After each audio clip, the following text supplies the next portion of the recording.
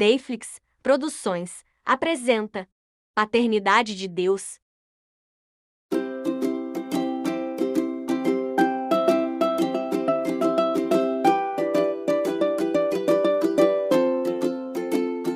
Como um pai tem compaixão de seus filhos, assim o Senhor tem compaixão dos que o temem, pois ele sabe do que somos formados. Lembra-se de que somos pó. Salmos 103, 13 a 14.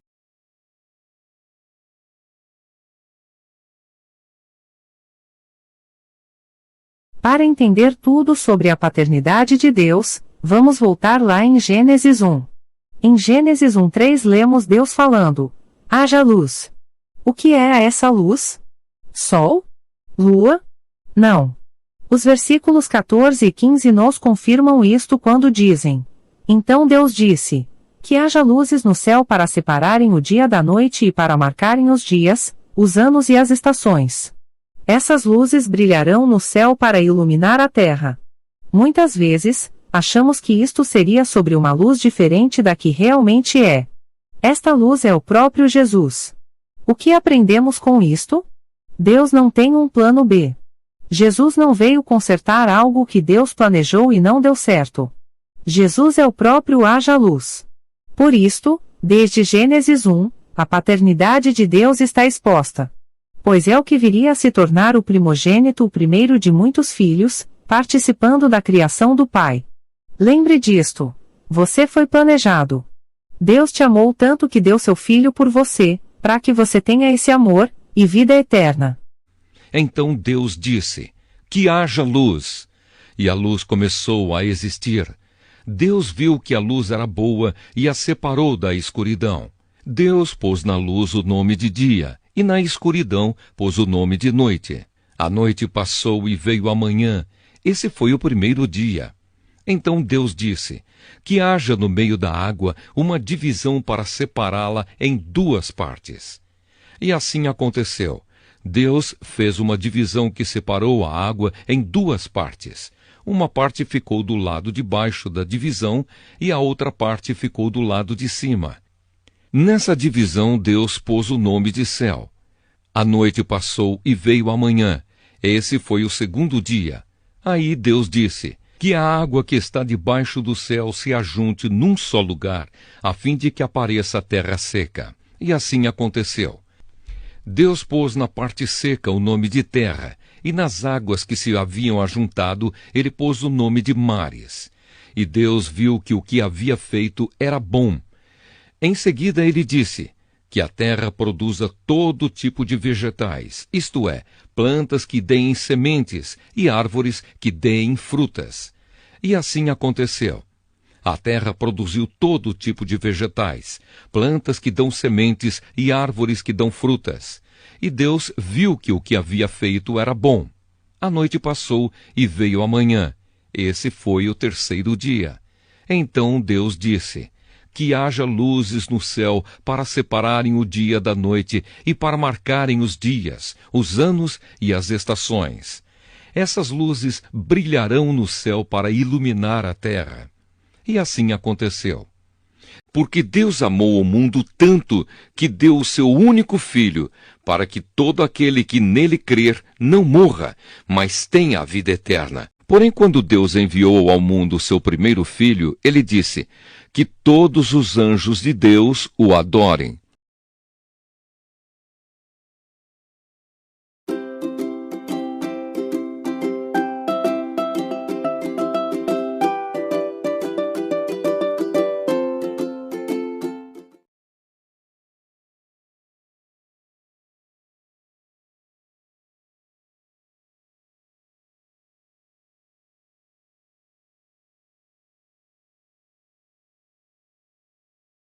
Jesus não era um filho mimado.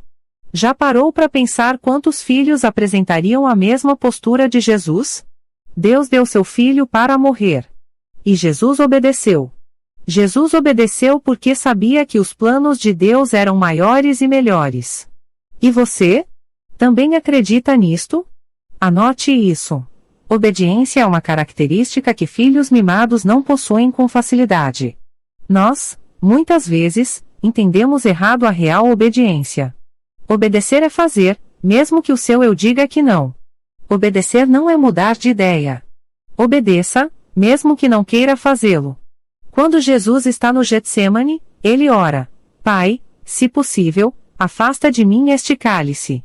Em outras palavras, Pai, eu não gostaria de passar por isto.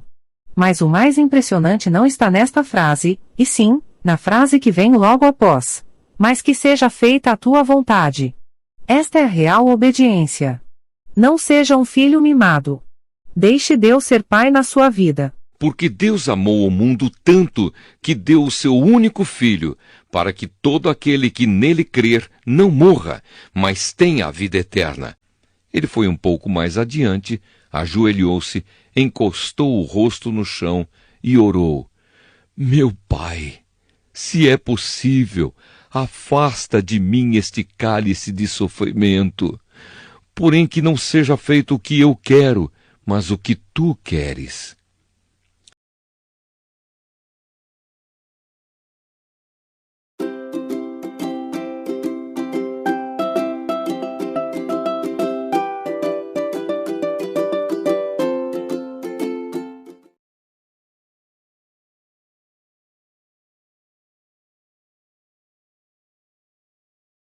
Mas o que aconteceu entre João 3,16 e Hebreus 1,6?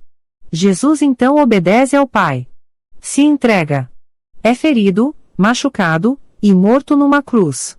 Leva todos nossos pecados nela. Jesus se sente distante de Deus, assim como nós quando pecamos. Jesus morre e é sepultado. Porém, nós sabemos que ele ressuscitou.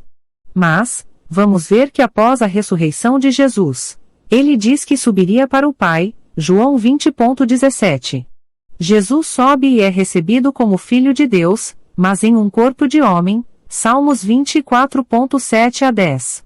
Porém, quando enviado de volta à terra, ele volta como primogênito, Hebreus 1,6. Veja que agora ele não é mais o unigênito, e sim o primogênito. Por quê? Porque Deus quer se revelar como Pai. Sermos uma família é o propósito original de Deus. Você é amado, desejado, adotado. Porque Deus amou o mundo tanto que deu o seu único Filho, para que todo aquele que nele crer não morra, mas tenha a vida eterna. Jesus disse: Não me segure, pois ainda não subi para o meu Pai. Vá se encontrar com os meus irmãos e diga a eles que eu vou subir para aquele que é o meu Pai e o Pai deles, o meu Deus e o Deus deles. Abram bem os portões, abram os portões antigos, e entrará o Rei da Glória. Quem é esse Rei da Glória? É Deus, o Senhor, forte e poderoso, o Senhor, poderoso na batalha. Abram bem os portões, abram os portões antigos, e entrará o Rei da Glória. Quem é esse Rei da Glória? É Deus, o Senhor Todo-Poderoso, ele é o Rei da Glória. Porém, quando Deus enviou ao mundo o seu primeiro filho, ele disse: que todos os anjos de Deus o adorem.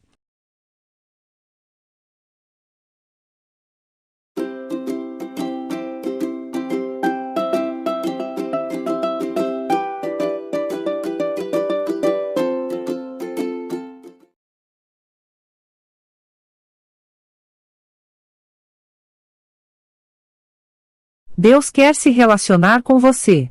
E sabemos que todas as coisas contribuem juntamente para o bem daqueles que amam a Deus, daqueles que são chamados segundo o seu propósito.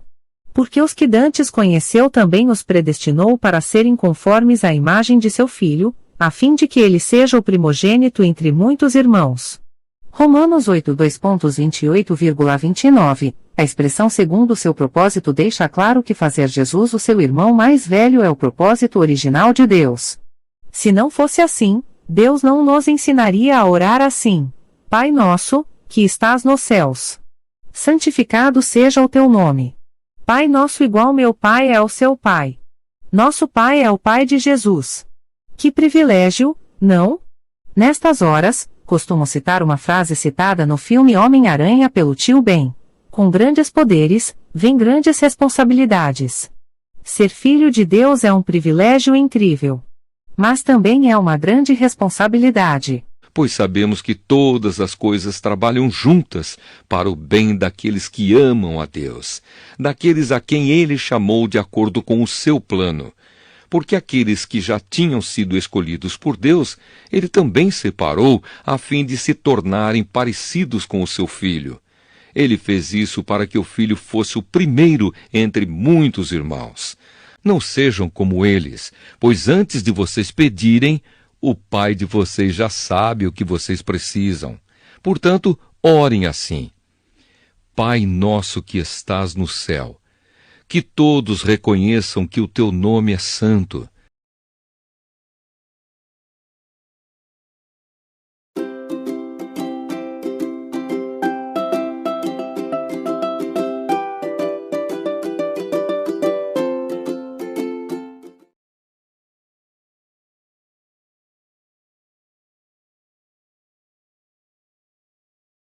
É tempo de amadurecermos. Aprendemos que o fato de sermos filhos de Deus não nos dá o direito de sermos mimados e também que é uma grande responsabilidade. Em Gálatas 4, lemos que o filho, mesmo herdeiro, em nada diferencia do escravo enquanto for menino. Isto aponta para algo muito importante. A maturidade nos habilita para desfrutar da herança. Quando lemos, assim também nós, neste mesmo texto, indica que nós precisamos de maturidade quando o assunto é herança. Pense comigo. Num rótulo de um remédio muito forte existem advertências para que crianças não tenham contato com o medicamento. Por quê? Porque ela não tem maturidade para a hora certa de usá-lo e nem sabe qual o real propósito deste remédio. Nossa vida espiritual é a mesma coisa. Enquanto somos imaturos, não vamos desfrutar da herança, porque muitas vezes não sabemos nem como usar e nem o real propósito. Você é herdeiro juntamente com Cristo. Use bem esta herança. Seja um filho maduro. Digo mais isto: enquanto é menor de idade, o filho que vai herdar a propriedade do pai é tratado como escravo, mesmo sendo de fato o dono de tudo. Enquanto é menor, há pessoas que tomam conta dele e cuidam dos seus negócios até o tempo marcado pelo pai. Assim também nós, antes de ficarmos adultos espiritualmente, fomos escravos dos poderes espirituais que dominam o mundo. Nós somos seus filhos e por isso receberemos as bênçãos que ele guarda para o seu povo e também receberemos com Cristo aquilo que Deus tem guardado para ele. Porque se tomamos parte nos sofrimentos de Cristo, também tomaremos parte na sua glória.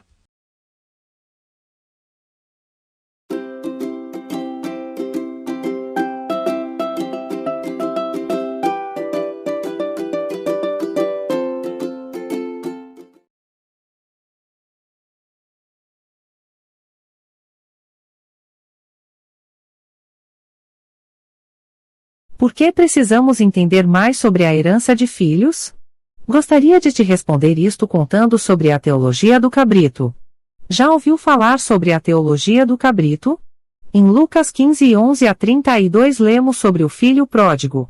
Mas o mais interessante é que nós atentamos muito ao filho mais novo, que pede sua parte da herança e vai gastá-la como quer.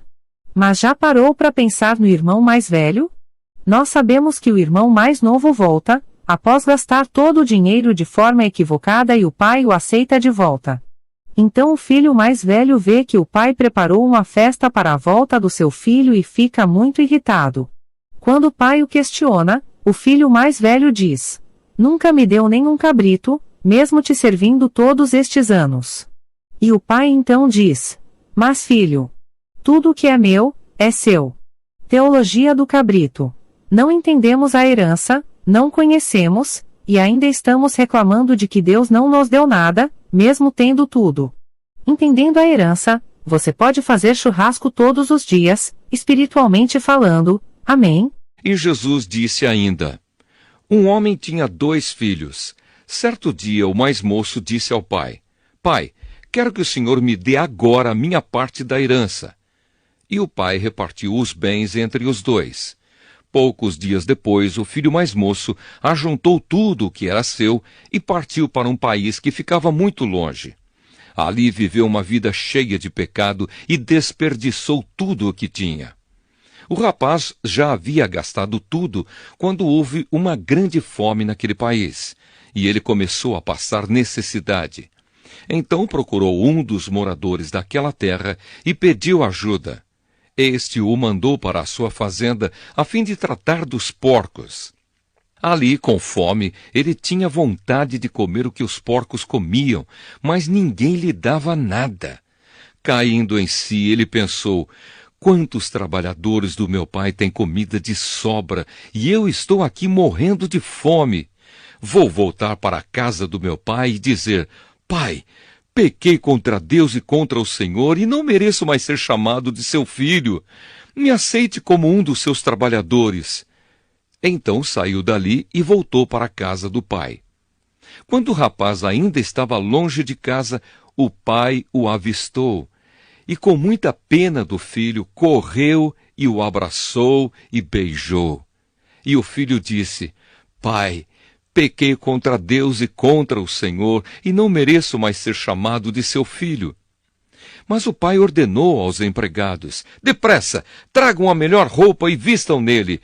Ponham um anel no dedo dele e sandálias nos seus pés. Também tragam e matem o bezerro gordo. Vamos começar a festejar, porque este meu filho estava morto e viveu de novo. Estava perdido e foi achado. E começaram a festa. Enquanto isso, o filho mais velho estava no campo. Quando ele voltou e chegou perto da casa, ouviu a música e o barulho da dança. Então chamou um empregado e perguntou: o que é que está acontecendo? O empregado respondeu: o seu irmão voltou para casa vivo e com saúde. Por isso seu pai mandou matar o bezerro gordo. O filho mais velho ficou zangado e não quis entrar. Então o pai veio para fora e insistiu com ele para que entrasse.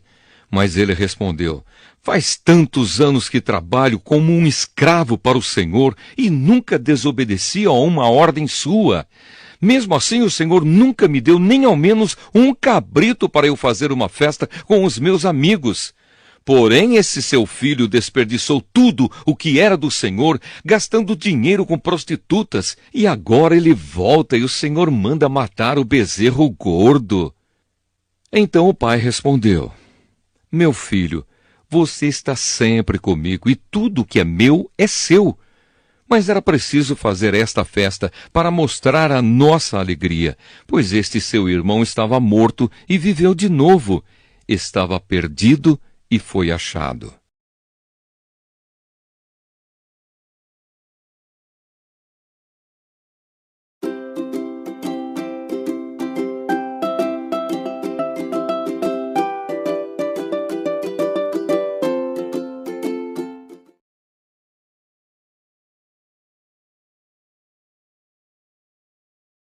Talvez, após ler tudo isto, você está pensando: muito fácil crer nisto tudo, quando se tem uma vida fácil.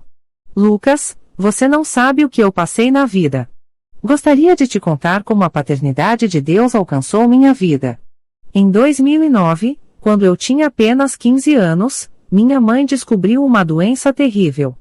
Um câncer no pâncreas. Deram a ela 3% de chance de vida. Mudamos de cidade, meu pai a levou para o melhor hospital do Brasil para ser tratada e neste meio tempo, um amigo da família nos convidou para um culto de cura e libertação em uma igreja local. Nenhum de nós havia confessado Jesus como Senhor até então. Em pouco tempo, minha mãe confessou. Meu pai, eu e meus 2 irmãos também. Ouvíamos toda quinta-feira que Deus cura, liberta, transforma e opera impossíveis. E seguíamos nesta fé.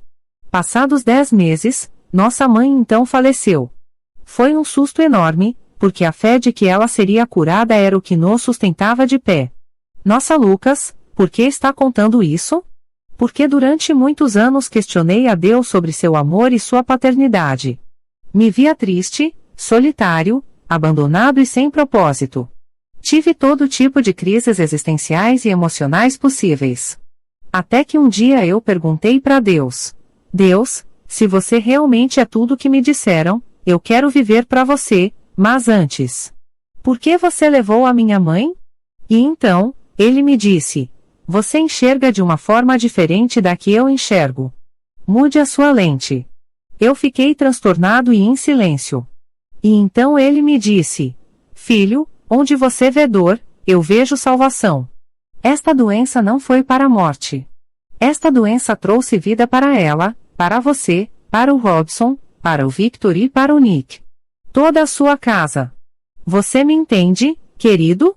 Hoje, este devocional é o legado da Raquel Maria Pego Mendanha. Mulher de Deus, que há 11 anos foi morar no céu, e me apresentou a paternidade de Deus. O melhor presente que nós poderíamos receber. Ele é Pai. Ele é bom. Deixe Ele ser Pai na sua vida também. Porque Deus amou o mundo tanto que deu o seu único Filho, para que todo aquele que nele crer não morra, mas tenha a vida eterna.